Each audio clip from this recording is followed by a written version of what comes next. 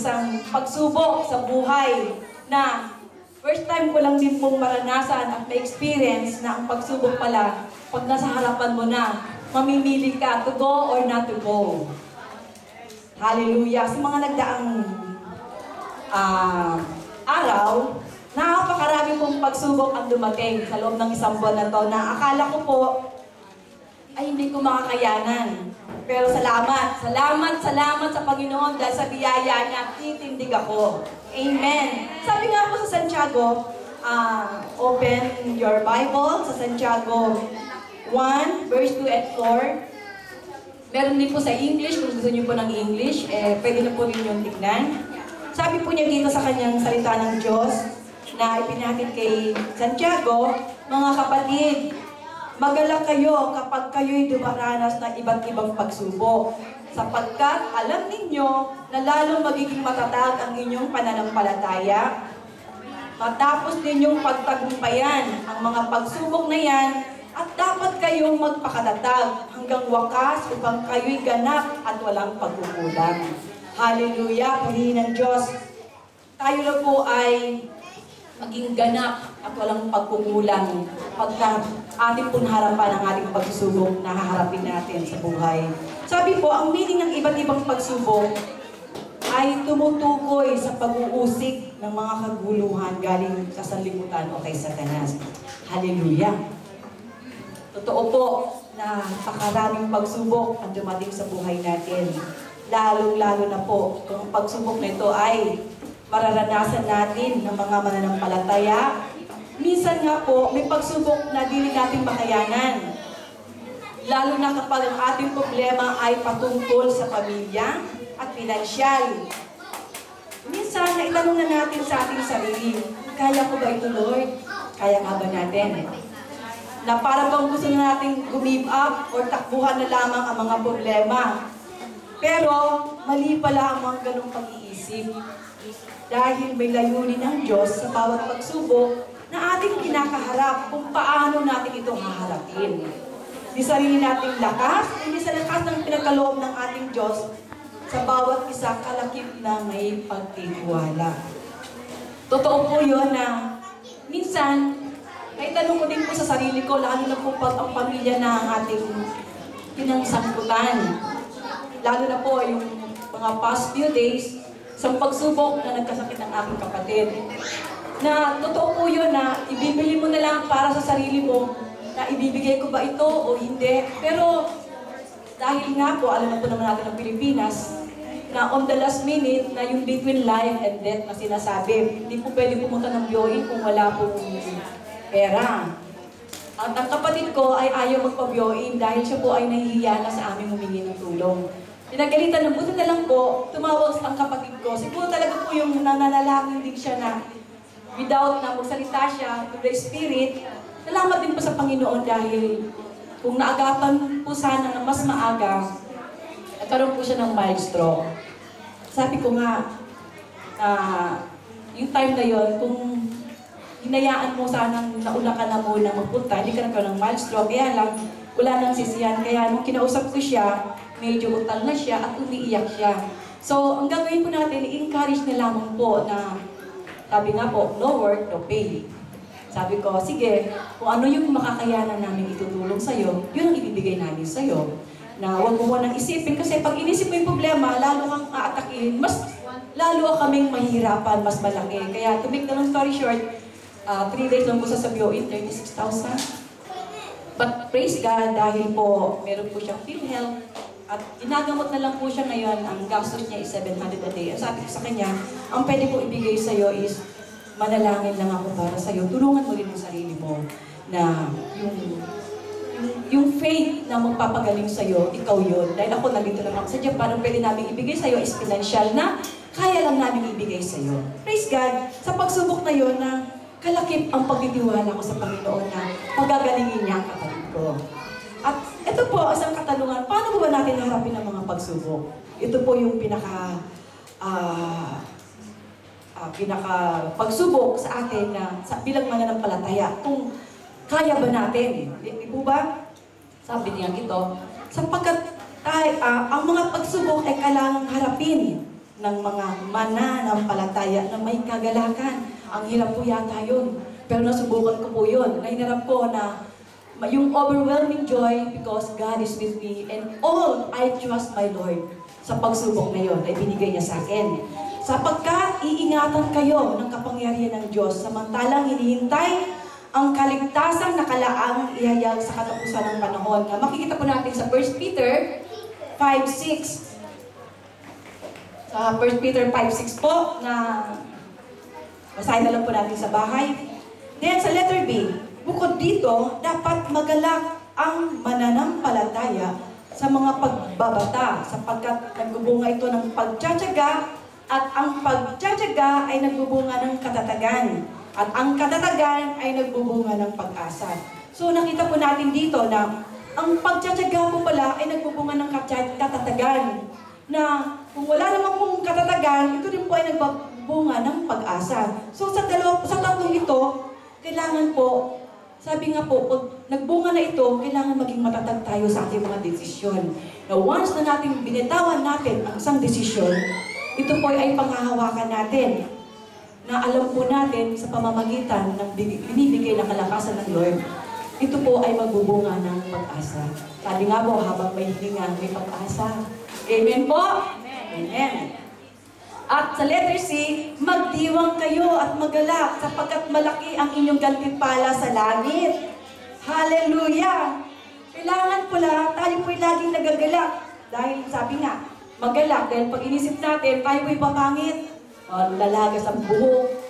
Pero sa mananampalataya, kailangan tayo po ay laging may galak. Basahin po natin ang Mateo 11:5. Pero basahin ko po ang Mateo 5:11-12. Sabi po dito, mapalad kayo kapag dahil sa akin inaalimura kayo ng mga tao, pag-uusig at pinagbibigkaan ng lahat ng uri ng kasamaan. At sa verse 12, magdiwang kayo at magalak sapagkat malaki ang inyong gantimpala sa langit, gayon din ang ginawa ng mga tao sa mga propetang nauna sa inyo. So hindi pala tayo ang nagkaroon ng ganitong problema at pagsubok. Sa mga propeta pa palang nauna sa atin. Pero ang pangako ng Diyos sa atin, hindi niya tayo iiwan. Di po ba? Amen po? Nakikinig pa po ba kayo? Okay. Sa number 2 na po tayo, bakit dumaraan sa mga pagsubok ang mananampalataya? Bakit nga ba? Sapagkat palalakasin ng pagsubok ang matyagang pananampalataya. Subok na pagkatao at ganap na pag-asa. Makikita po natin yan sa Romans 5:35. Maabot lamang ng ating pananampalataya ang buong kaganapan kapag napaharap sa mga kahirapan at pakikipaglaban. Dito po natin masusubukan ngayon ang pagsubok. To go or not to go. Patuloy ang labanan. Sabi nga po sa isa, kaya nga, ay tulad ng mga Kristiyano sa mga sundalong nasusugatan. Ito po ay habang nasusugatan, tumatapang. Di po ba? Na-experience niyo po rin ba? Ako na-experience ko po yung ako'y na-hold up. Hindi po ako tumakbo, lumaban po ako. Naghabulan kami, naghablutan kami ng kaban. Pero talo ako dahil nasa-handle ako sa kanya yung pinaka-buo ng bag. Pero ang sabi ko, Lord, hindi ako titigil. Tumakbo po ako para po ako si Lydia de Vega. Sabi nga ng mga tao, sino yun? Ang lalaking ahahaba ng mga bias ko. Thank you, Lord, for giving me a long leg. Sabi, tapos, sumigaw ka dahil may boses ka. Sumigaw ako, sabi ko sa barangay, tulungan niyo ako dahil pinold up ako. Tinakbo yung bag ko. Inabot siya ng mga barangay, ng barangay Tanod. At praise God, na ibalik sa akin yung kabag ko na walang bawas isiko. Kaya doon, ang pagsubok ngayon, lumalaban tayo. Pero sa ngayon, huwag po kayong lalaban ng madilim dahil maliwanag po yung kaya malakas po ang loob ko. At nakita ko yung, pero kung madilim yun, bibigay ko na yung pera. Kaya wisdom ang binigay sa akin ng Lord at time. Then sabi po ni Santiago, tinawag ni Santiago ang mga pagsubok ito bilang mga pagsubok ng mga mananampalataya. Minsan, ipinapahintulot ng ating Panginoon na danasin natin at iba't ibang uri ng pagsubok upang masubukan ng Diyos ang katapatan ng ating mga mananampalataya. Ang ating pananampalataya sa Kanya, saan man sa kasulatan ay walang itunuro na ang mga kaguluhan sa buhay ay palaging palatandaan na ang Diyos ay hindi nalulugod sa atin. Ang mga ito ay maaaring tanda ng kanyang kinikilala ang matatag na pagtatalaga sa kanya. Ang pwede po nating i-ano po dito ay si Hope. Si Hope po sa verse 1. Hope. Napakaganda po ng ng Hope. Dahil dito po, si Satanas ay kinausap ang ating Panginoon. Sabi niya, tinanong ni Lord, imagine, si Satan ay nagpaparoon at nagpaparito sa lahat ng sulok ng daigdig. Maaaring nandito siya sa room na to, pero wala na siya, kinataboy na. Dahil dito pa lang, di na siya makaka-enter dahil sa kanta pa lang at sa pag-review kanina, nanginginig na rin siya. Pero, nakipag-usap siya kay Lord. Sabi niya, paano ko ba, tong si Hope? Kilala niyo po ba si Hope? Kasi hindi po ako magsasalita pag di niyo kilala Kasi mahirap pag di natin kilala si Hope. Sabi niya dito, anong gagawin mo sa aking lingkod? Humihingi siya ng permit. Kaya pala ang mga pagsubok po ay may mga permit na galing kay Lord. Hindi basta ibibigay ang isang pagsubok kung hindi mo nadadaan kay Lord. So, sabi niya, sabi niya, pinahintulutan ng Diyos na gawin niya ito na saktan si Job o paghirapin, ngunit hindi niya pwedeng kunin ang buhay ni Job. Meron palang mga special. Pwede siyang gumalaw, pero hindi niya tayo pwedeng galawin na papatayin niya tayo. So, makikita po natin dito na si Satanas ay author ng siya po ay pumapatay, siya po ay nagnanakaw, lahat ng negative ay nakay Satan. Pero tayo po na nakakilala sa Diyos, tayo po ay merong tatak na hindi tayo pwedeng galawin ng sinuman kung tayo ay naka-online kay Lord. Ang tanong po doon, online. Online, di po out of line, So, pagkatapos po nito, maraming sa buong pood ng Hope, napakaraming ibinigay na problema. Si Satanas kay Hope, binasak pinatay ang mga anak, binigyan ng mga sakit. Pero si Job ay hindi nagkulang at hindi siya bumibak. Makita pa natin yan sa verse 10. Sa verse 10 ng 1:10 ng Job. Nung makita ni Hope na ang mga problema sa buhay niya, anak niya, namatay, lahat, ang ginawa po niya ay siya'y nagpatira pa sa lupa at nagpauri sa Diyos. Imagine mo, nawala ng lahat, siya pa ay nagpuri sa Diyos. Nagpasikap, sumamba at nagpakumbaba. Yung pala ang kailangan natin. Tayo po ay laging nagpapakumbaba. At ang buhay ni Job ay nagpapakita ng kung paano natin haharapin ang isang pagsubok na matinding dumating sa buhay natin. At iyon ay hindi niya sinisi kay Lord. Hindi niya sinisi, Lord, bakit? Minsan meron time na buti pa mamatay niya lang ako. Oo nga, no? Yung iba gusto mabuhay. Ikaw naman na kumpleto ka, wala kang sakit. Gusto mo na magkasakit. Nabasa ko nga po doon sa, haluan ko lang po, yung kay Jonah, na sabi niya, calling for the repentance of the nation. Pero tumakbo siya. Pagtakbo niya, binalik siya ulit. Dahil hindi mo pwedeng, pag once na ikaw ay may calling sa Lord, kapatid, saan ka magtago? Kukunin at kukunin ka pa. At ibabalik ka sa inaayawan mong lugar.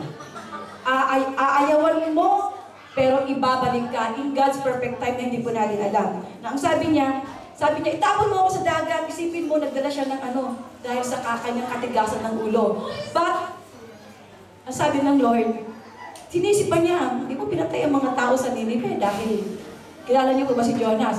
Kasi po hindi yung kilala. Ba't mo pinatay si ganyan-ganyan? Sabi ng Lord, pero ang bait ng Lord, God is a faithful. Dahil nga, sabi, ano yung pinangako niya, susundin niya. Nag-repent ang buong paligid, ang buong nasyon.